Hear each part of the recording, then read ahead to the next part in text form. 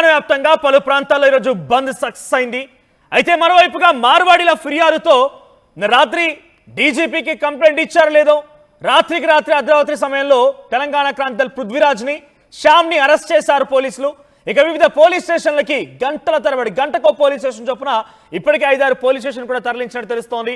So Telangana వ్యాప్తంగా పలువురిని house arrest కూడా చేశారు. అయితే మనతో పాటుగా ఉదయం నుంచి ఇప్పటికే 4-5 పోలీస్ స్టేషన్ తిరిగి చివరికి మరెక్కడో తెలుసుకుందాం. ప్రస్తుతం మనతో పాటుగా పృథ్వీరాజ్ గారు లైవ్లో సిద్ధంగా ఉన్నారు. పృథ్వీ గారు నమస్తే అండి. ఎక్కడ పోలీస్ స్టేషన్లో ఉన్నారు? ఇప్పటికే 4-5 పోలీస్ స్టేషన్ తిప్పుతూ తిరుగుతున్నట్టు తెలుస్తోంది. గంటకో పోలీస్ స్టేషన్ చొప్పున మారుతూ ఉన్నారు. ప్రజెంట్ ఎక్కడున్నారు? రాత్రి నల్లకుంట పోలీస్ స్టేషన్, తర్వాత అంబర్పేట అట్లకెళ్ళి తీసుకుపోయి అట్నుంచి ఇటు తీసుకొని వచ్చిండ్రు. ఇప్పుడు వదిలిపెడుతున్నామని బయట వదిలిపెట్టినట్టు చేసారు, మళ్ళీ అరెస్ట్ చేసి మళ్ళీ లోపల తీసుకుపోతున్నారు.